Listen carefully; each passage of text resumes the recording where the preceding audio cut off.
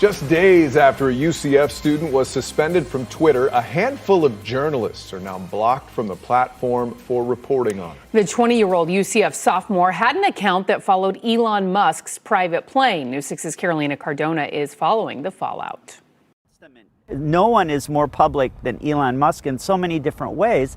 So when someone starts actually stepping into that circle that he's trying to control, that really seems inconsistent and hypocritical. UCF Director of the Nicholson School of Communication, Dr. Robert Littlefield, says, as the owner of Twitter, Elon Musk has the right to choose what is posted. Anyone who owns or controls social media has the right to control who's on that. He says as long as the information is public, accurate, and it doesn't defame a person, it should be available on social media. And those who are in the spotlight are subject to greater exposure. Anyone who is a public figure recognized in society needs to know that they are going to be the subject of criticism, of observation. People are going to talk about them. Those people include journalists who reported about the new Twitter policy and Musk's reason for it. It was after the suspension of the @ElonJet account that tracked the location of Musk's plane, which is flight information still available to the public. After those reports, Twitter suspended the accounts of several journalists,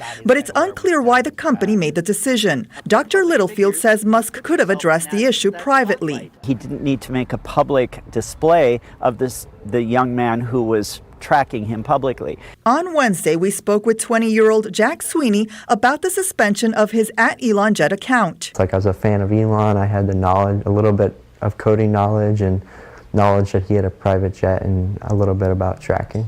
You mentioned that you were a fan of Elon. Are you still a fan of him after this?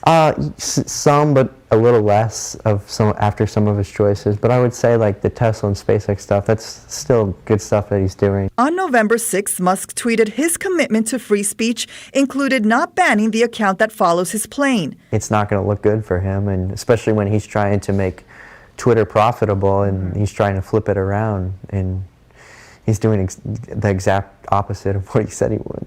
In Orlando, Carolina Cardona, News 6.